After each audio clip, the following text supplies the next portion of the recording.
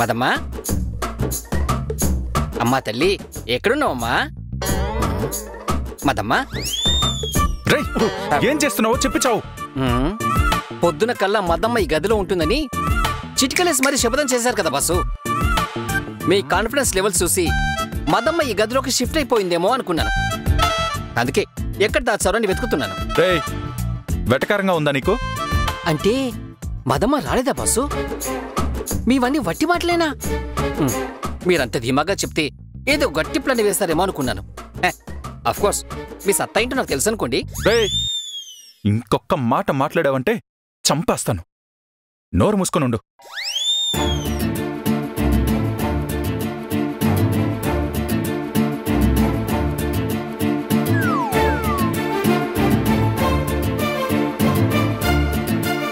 ఇవన్నీ పట్టుకో.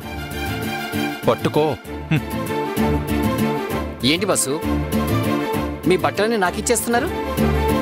మా పెద్ద సార్ అన్న మాటల్ని డిజైన్ చేయడానికి వెళ్ళిపోతున్నారా?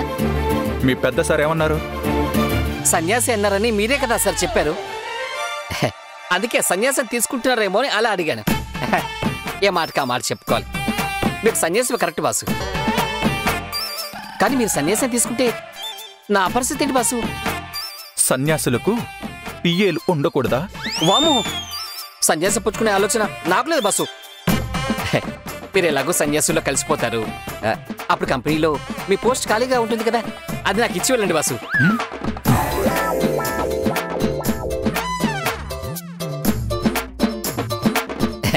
ఇక చాలు బాసు, నాకు ఇవి సరిపోతాయి. అసలు ఏం చేస్తున్నారు బాసు? ఈ బరువు వెళ్ళక చచ్చిపోతున్నాను. నువ్వు మాట్లాడుతూ ఉంటే నాకు కూడా అలాగే అనిపిస్తుంది, కానీ నేను భరించట్లేదు. బస్సు బస్సు బస్సు పదరా. కనిపించట్లేదు బస్సు. Bus bus. రాత్రి నీ ముగ్గురు చేసిన హడావుడికి ఇక్కడేదో ప్లాన్ చేశాడనుకున్నాం గాని ఇక్కడ చూస్తుంటే ఏం జరిగినట్లేదు దేవకి. ఎవరు గదుల్లో వాళ్ళున్నారు, ఎవరు పని వాళ్ళు చేసుకుంటున్నారు. ఏం జరగలేదంటే ప్లాన్ చేయలేదని ఎలా అనుకుంటావమ్మా? ప్లాన్ చేసుంటారు, కాకపోతే ఆ ప్లాన్ వర్కౌట్ అయి ఉండదని నాకు అనిపిస్తోంది. ఏదైతే అది అయిందక్క. నీ మనసులో అనుకున్నదే కదా అయింది. వాళ్ళిద్దరూ కలిసిపోతారని భయపడ్డావు, కలవనీయకుండా ఆపాలనుకున్నావు. నీ సంకల్పం బలమైంది కాబట్టి అదే జరిగింది. దేవుడా, ఆగిపోయావేంట్రా? పద వెళ్దాం. కళ్ళు కనిపించకపోయినా ముందుకు పోవడానికి నేను ట్రైనింగ్ తీసుకోలేదు బాసు. పద వెళ్దాం. హలో,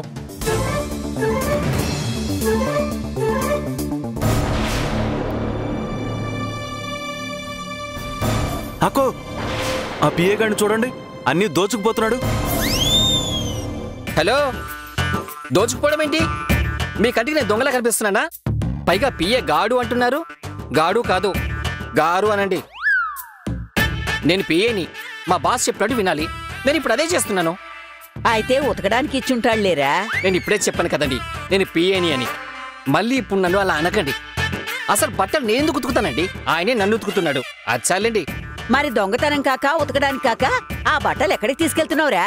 ఆ ముక్క నా వెనకాల వస్తున్నాడు, ఆయన అడగండి. రే, బయటికి ఎక్కడికి వెళ్తున్నావురా? ఆయన గదిని కిందికి షిఫ్ట్ చేస్తున్నారండి. ఎందుకు ఏంటి ఇలాంటి క్వశ్చన్స్ ఏమైనా ఉంటే ఆయన్నే అడగండి, నాకు మాత్రం తెలీదు. ఈ అవతారం ఏంట్రా? ఆ బట్టలన్నీ ఎక్కడికి తీసుకెళ్తున్నావు? ఎక్కడికి వెళ్తున్నావు?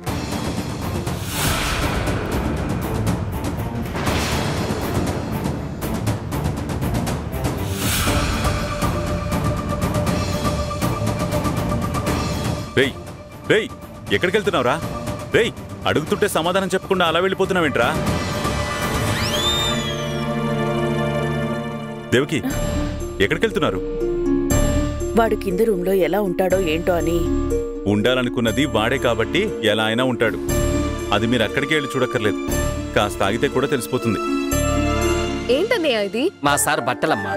అదే ఇక్కడికి ఎందుకు తెచ్చారు అని అడుగుతున్నాను. అది ఆయన్నే అడగమ్మా. ఆయన చెప్పాడు, నేను చేశాను. ఆ బట్టలన్నీ ఏదో ఒక కబోర్డ్లో పెట్టు. అసలేం జరుగుతుంది ఇక్కడ?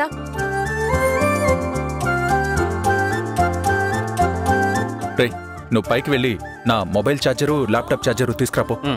రే రుతర్, ఇప్పుడు కాదు, రూమ్ అంతా సర్దేశాక వెళ్ళు. ముందు నా బట్టలు సర్దు.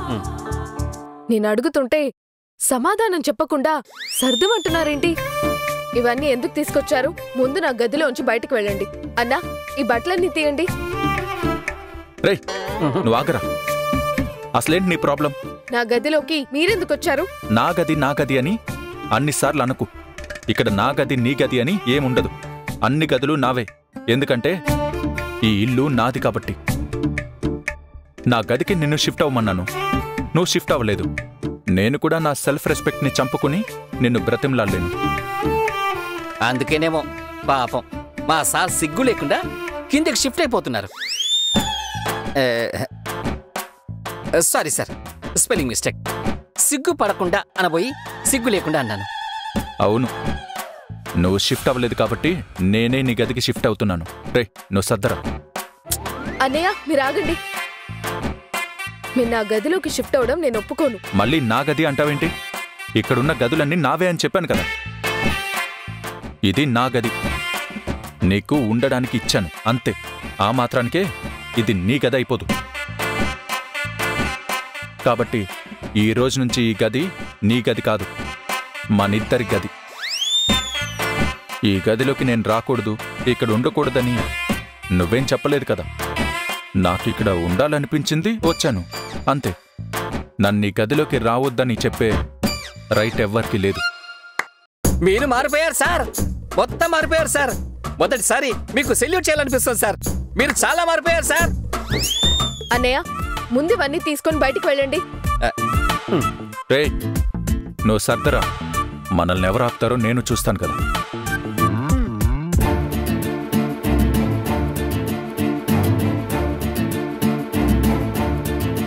నువ్వు తెల్లమొహం వేసుకొని చూస్తావేంట్రా? బట్టలు తీసి సర్దు. మీరు ఆగండి అన్నయ్య. ఏంటమ్మా మీరు? ఆయనేమో సర్దమంటారు, మీరేమో ఆపమంటారు. ఒకరేమో నాకు బాసు, ఇంకోరేమో మా బాస్కే బాసు. నేను ఎవరి మాట వినాలో అర్థం కాక మధ్యలో నేను చచ్చిపోతున్నాను. మీరిద్దరూ పని చేయండి. నేను ఎవరి మాట వినాలో మీ ఇద్దరు డిస్కస్ చేసుకుని ఒక నిర్ణయానికి రండి. అప్పుడు నాకు చెప్పండి.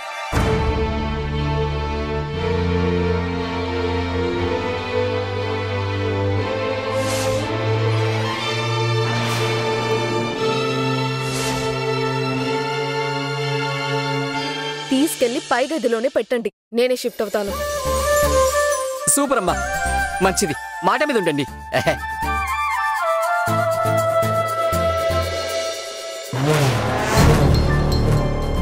అది ఒప్పుకున్నట్టు లేదే. మళ్ళీ వాడి గదికి వాడొచ్చేస్తున్నాడు. నాకు తెలుసమ్మా, మధు మా ఇంట్లో నేను పుట్టించిన భయం అలాంటిది. ఏమైందిరా నందు? ఏమైందిరా? మనవాడు కింద రూమ్లో ఎలా ఉంటాడండి? అది వాడికి సెట్ కాదు. ఆ గదిలో ఉండడం కన్నా తన గదిలోనే ఉండడం మేలని నిర్ణయించుకుని ఉంటాడు కదా నాన్న? అవునమ్మా, కింద గది నాకు అస్సలు సెట్ అవ్వదు. ముఖ్యంగా ఇద్దరు ఉండడానికి అస్సలు సరిపోదు. సరిపోకపోతే సర్దుకోవాలరా. ఆ మాత్రానికే కిందికి వెళ్ళడం ఎందుకు? మళ్ళీ పైకి వచ్చేయడం ఎందుకు? మీ కోడలు నా గదికి షిఫ్ట్ అవుతానంది, అందుకే వెళ్తున్నాను.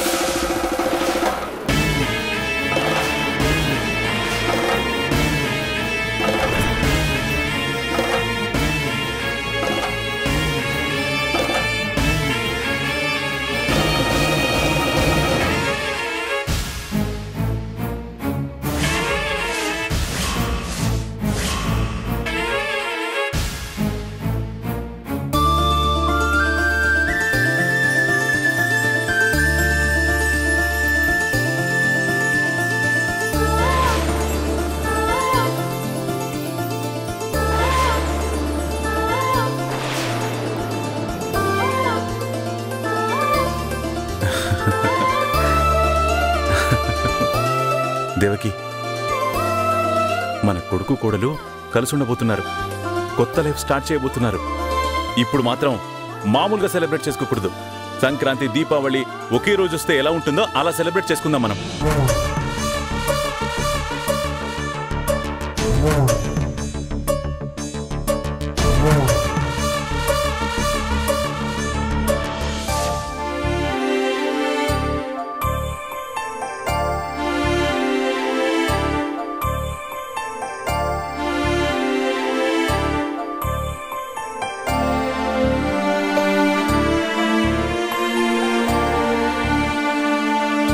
ఏంటి, నా సెల్ఫ్ రెస్పెక్ట్ ని చంపుకొని వచ్చానని గర్వంగా ఫీల్ అవుతున్నారా? మీరు చేస్తున్న వికృత చేష్టల్ని భరించలేక, మీరింతకంటే దిగజారడం ఇష్టం లేక వచ్చాను. వచ్చాను కదా అని నన్ను అలసుగా చూడడమో, మీ ఇష్టానికి ట్రీట్ చేయడమో చేయకండి. నాకంటూ ఒక సెల్ఫ్ రెస్పెక్ట్ ఉంది. అది దెబ్బతినేలా మీ ప్రవర్తన ఉండకూడదు. నిన్ను పైకి తీసుకురావడానికి నేను దిగొచ్చాను కదా అని నువ్వు నన్ను చులకనగా చూడకూడదు. నీ ఇష్టానికి ప్రవర్తించకూడదు. నాకు సెల్ఫ్ రెస్పెక్ట్ ఉంది. అది దెబ్బతినేలా నీ ప్రవర్తన కూడా ఉండకూడదు. నీ లిమిట్స్లో నువ్వు ఉండు, నా లిమిట్స్లో నేనుంటాను. అసలు నన్ను ఎందుకు తీసుకొచ్చారు? నేను నా గదిలో ప్రశాంతంగా ఉండడం మీకు ఇష్టం లేదా? నన్ను సాధించాలని ఇవన్నీ చేస్తున్నారా? చూడు, నాకు గొడవ పడ్డం కూడా ఇష్టం లేదు. ఓకే, ఇవాల్టి నుండి మనం ఇక్కడ ఉంటున్నాం. ఏం జరుగుతుందో టైమే డిసైడ్ చేస్తుంది. అంతవరకు ఆర్గ్యుమెంట్స్తో చిరాకు తెప్పించుకో. నేను పని చేసుకోవాలి. నీ లిమిట్స్లో నువ్వు ఉంటే నాకెలాంటి డిస్టర్బెన్స్ ఉండదు. నేనంత చిరాకు తెప్పించేదాన్ని, డిస్టర్బ్ చేసేదాన్నని ఫీల్ అవుతున్నప్పుడు ఇక్కడ నేనెందుకు?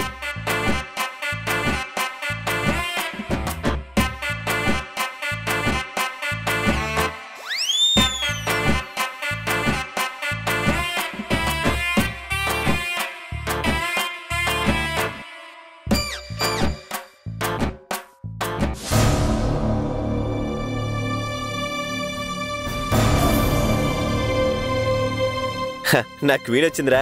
షో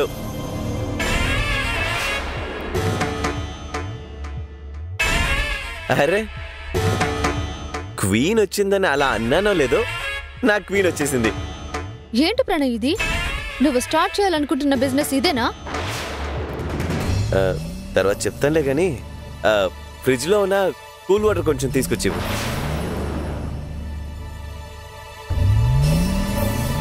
తీసుకోనిరా. ఇందు, అలాగే నీ చేత ఆమ్లెట్ కూడా వేసి తీసుకురావా?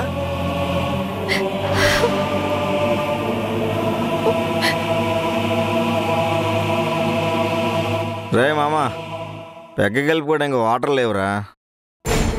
ఇందు, వాటర్ అడిగాను కదా, వినపడలేదా? ఏ ఇందు, ఇందు, ఇందు,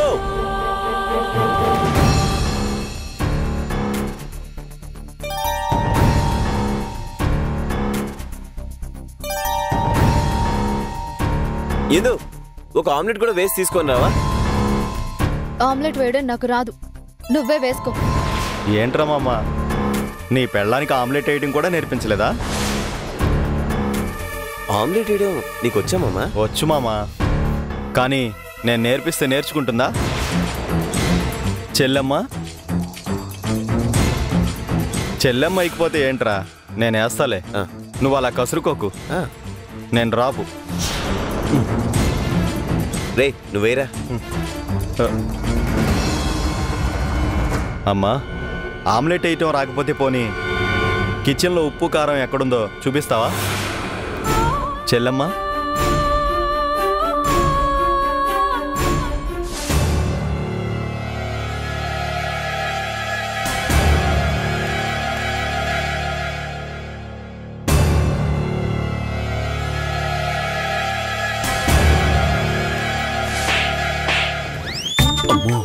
అక్క చేతికి అందేంత దగ్గరలో కూర్చుని సలహాలిస్తే నా చెంప పగలగొడుతుంది.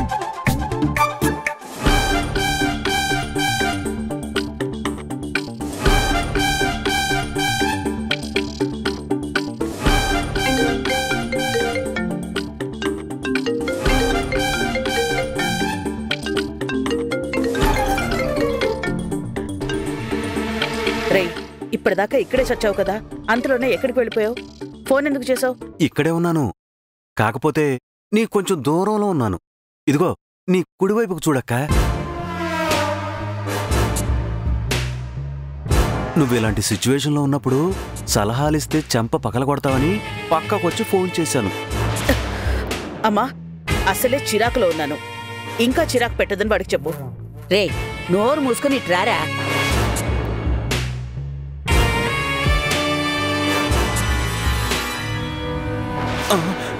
అమ్మా అటెళ్ళి కూర్చోవే.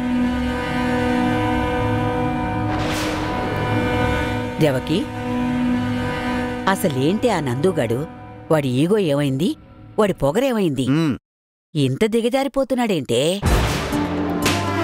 ఎంతకాలం వాడొకరి దగ్గర తలుంచింది చూడలేదు, ఒకరి వెంట పడింది చూడలేదు, ఒకరి కోసం తాపత్రయపడింది చూడలేదే. అలాంటిది ఈ అమ్మాయి కోసం ఇవన్నీ చేస్తున్నాడేంటే? ఆఖరికి వాడు తప్పు చేసినా ఎవరినీ క్షమించమని కూడా అడగడు. అంత బుద్ధిగా ఉండేవాడు ఎంత మెత్తగా ఎలా మారిపోయాడు దేవకి? ఆ అమ్మాయిని ఒప్పించమని నీతో రాయబారం పంపించాడు. నువ్వేమో ఎవరికి అర్థమయ్యేలాగా వాళ్ళకి చెప్పావు. ఆ అమ్మాయేమో నీ మాటలు అర్థం చేసుకుని పట్టుగానే ఉంది. వీడే పట్టువదిలేశాడు. ఆ అమ్మాయిని తన గదికి షిఫ్ట్ చేయడానికి పడరాని పాటలన్నీ పడ్డాడు. ఇంక తెగే ఎవ్వారం కాదని వాడికి అర్థమైనట్టుంది. చివరికి వాడే దాని గదికి షిఫ్ట్ అయ్యే కాడికి దిగిపోయాడు. వాడు పడుతున్న కష్టం చూసో, వాడు తన మీద చూపిస్తున్న ప్రేమను చూసో అది కరిగిపోయినట్టుంది. కలిసి బ్రతకాలని నిర్ణయించుకున్నట్టున్నారు. ఇక వాళ్ళని విడదీయడం ఎవ్వరి వల్ల కాదేమో దేవకి. మధు విషయంలో ఎంతో మొండిగా ఉండేవాడు. కానీ 2-3 రోజుల నుంచి చాలా వీక్ అయిపోతున్నాడు అనిపిస్తోంది.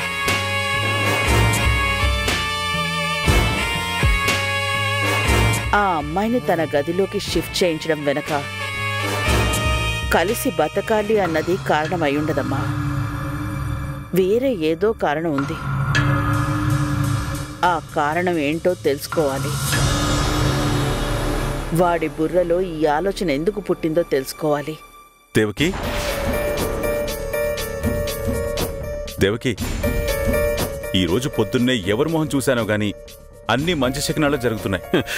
ఇంకెవరు మొహం చూసుంటారు బావగారు? మా అక్క మొహమే చూసుంటారు. చాలా హ్యాపీగా ఉంది దేవకి. ఇప్పుడే ఇంట్లో ఒక శుభం జరిగింది. కొడుకు కోడలు రాజీకొచ్చారు. ఇంతలోనే మరో శుభవార్త కూడా తెలిసింది. అదే దేవకి, ఓ ఫారెన్ కంపెనీ మనతో కలిసి బిజినెస్ చేయడానికి ఇంట్రెస్ట్ చూపిస్తుంది. నిజంగా ఇది సెలబ్రేట్ చేసుకోవాలి మనం. బావగారు, అయితే ఈరోజు మళ్ళీ బయటికెళ్తామా? ఆ దేవకి, నా గదిలో ఆ కంపెనీకి సంబంధించిన ఫైల్ ఉంది. అదొకసారి తీసుకురావా? ఈలోపు నేను మంచి కాఫీ తాగుతాను. అలాగేనండి. గౌరీ, సారు కాఫీ తీసుకురా. అలాగే సారు.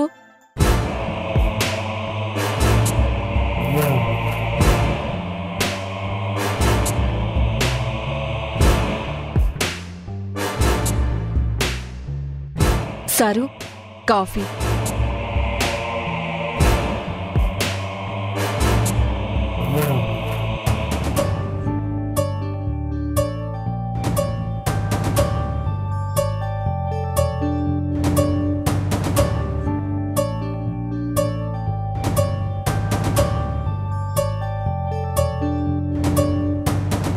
ఆరు నెలలు కలిసుండి ఆ తర్వాత అంతకాలంలోనూ ఆ అమ్మాయి మీద నాకు ఎలాంటి ఫీలింగ్స్ కలగలేదని నిరూపించి మా తండ్రిగారి చేతుల మీదుగా విడాకుల పత్రాన్ని పొందదలుచుకున్నాను.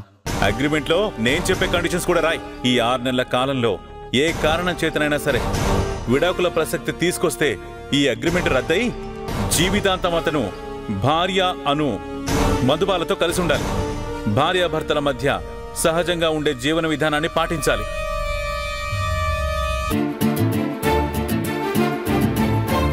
ఏ అగ్రిమెంట్నైతే అడ్డు పెట్టుకుని మధుతో విడిపోవాలనుకున్నాడో దానివల్లే ఇవాళ మధుతో కలిసి ఉండాల్సి వచ్చింది.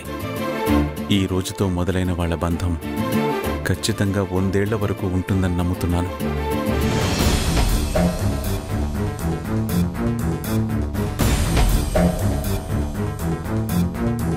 అసలు మ్యాటర్ గుర్తుకొచ్చింది. వాడు రాసిచ్చిన అగ్రిమెంట్ పేపర్ దేవకి కంట్లో పడిందంటే కొంపలు అంటుకుంటాయి.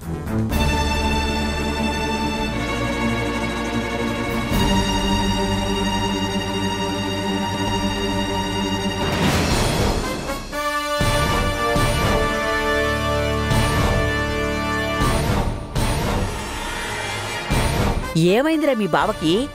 ఉన్నట్టుండి అలా ఉరుకుతున్నాడు?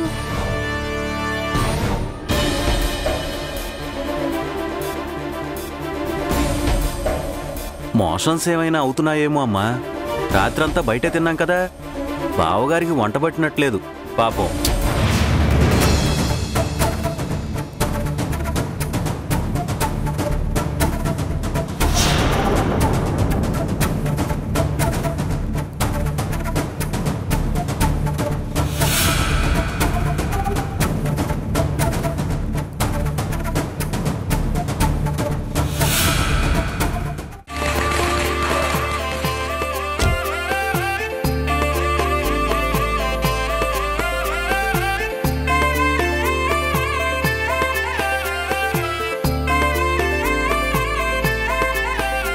లోపలికి రావాలంటే మీ పేర్లు చెప్పి రావాలి. మా అక్కకి ఏమవుతారో, మా అక్క మీకేమవుతుందో అని చెప్పి రావాలి. నేను నందు, నా భార్య మధు వచ్చాం.